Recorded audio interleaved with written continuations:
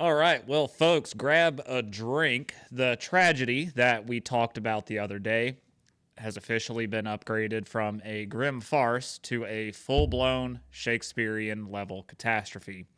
Remember our friend that we talked about, Mr. Rahmanullah Lakanwal, the asylum seeker who decided to give two National Guard members a hostile welcome review, I think we'll call it, just blocks away from the White House?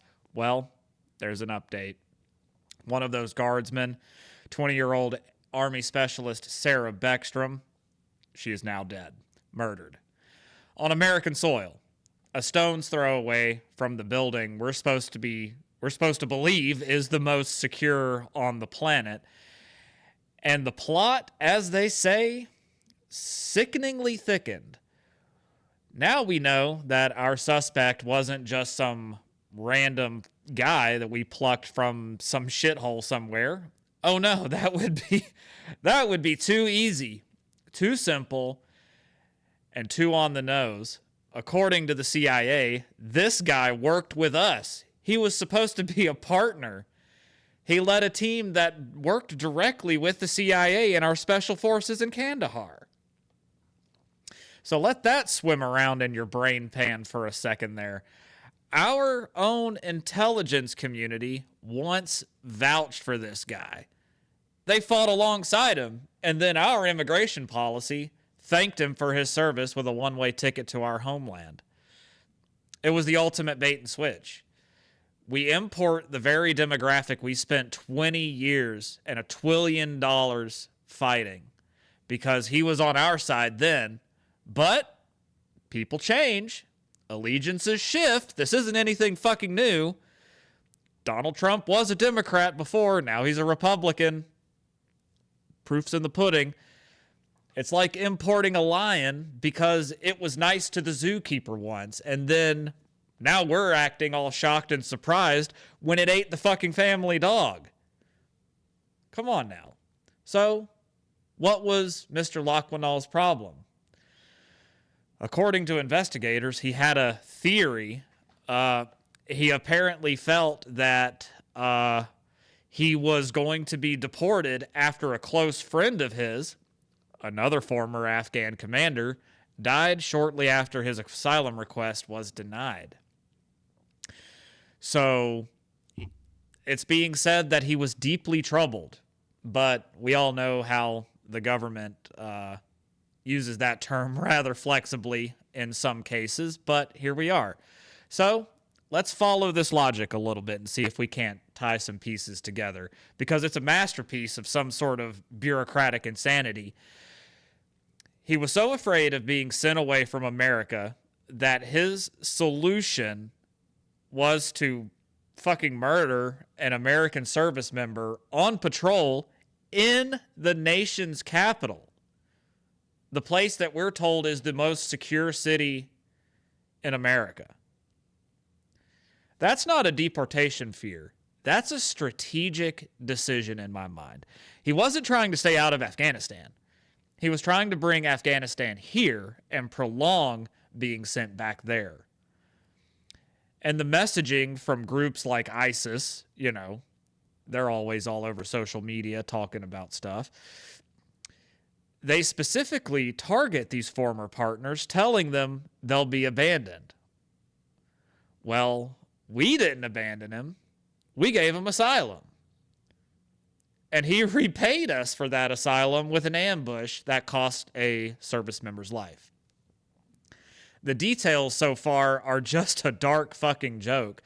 He drove all the way across the country from Washington, D.C. with a mission. He used a revolver that wasn't his. It was registered to a dead guy back in Washington State, because of course it was. Why wouldn't it be? He only had 4 rounds in it. Only 4. Either oddly specific or a critical oversight. Who knows? But he then shoots Specialist Beckstrom, takes her service weapon, and uses her gun to then shoot at Staff Sergeant Andrew Wolf. It's not just an attack, it's a desecration. He turned our own protection that we offered him against us It's a perfect bloody metaphor for a foreign policy and an immigration system that's become a self-owning death cult. We're constantly shooting ourselves in the foot and blaming the neighbor for things that our leaders are doing. But what's the punchline on all of this? The cherry on this Sunday of suffering here? Well, he's currently sedated and on a ventilator. He's in a peaceful, medically induced slumber on our dime, the taxpayer's dime. While the family of a 20-year-old soldier is planning her burial. He can't be interviewed. He's not cooperating. He's just resting, sleeping, catching up on his Z's. The system is so broken that even when we catch the guy, he's protected by the very apparatus of the state, this time just in a hospital bed. So, after letting all of that marinate around in your brain pan, let's recap these greatest hits of this disaster. Track number 1, he worked with the CIA, vetted for war, but not for peace. Track number 2, paroled into the U.S. on humanitarian grounds. Awesome. We love being the good guy, especially when people are coming from war-torn nations under hostile leadership. We love doing that. Track number 3, he was granted asylum this year in 2025. And then we round all of this out with the end of the album, number 4, seemingly the end of the album, to be determined. Track number 4, murders a National Guard member with a dead man's gun. Insane. Absolutely insane. We followed the rules and we followed the process, the humanitarian parole, the asylum application, the pending green card buried under a mountain of paperwork. It was all done by the books. And we got that book thrown right back into our face, and it got an American soldier killed. Hate to hear that. The system, it didn't just fail, it actively collaborated in its own destruction. And we are so committed to being the world's social worker and therapist and police that we're almost willing to make ourselves the graveyard. We welcomed him as an ally because of the support he gave us back then, but he paid his thanks for that welcome with an ambush.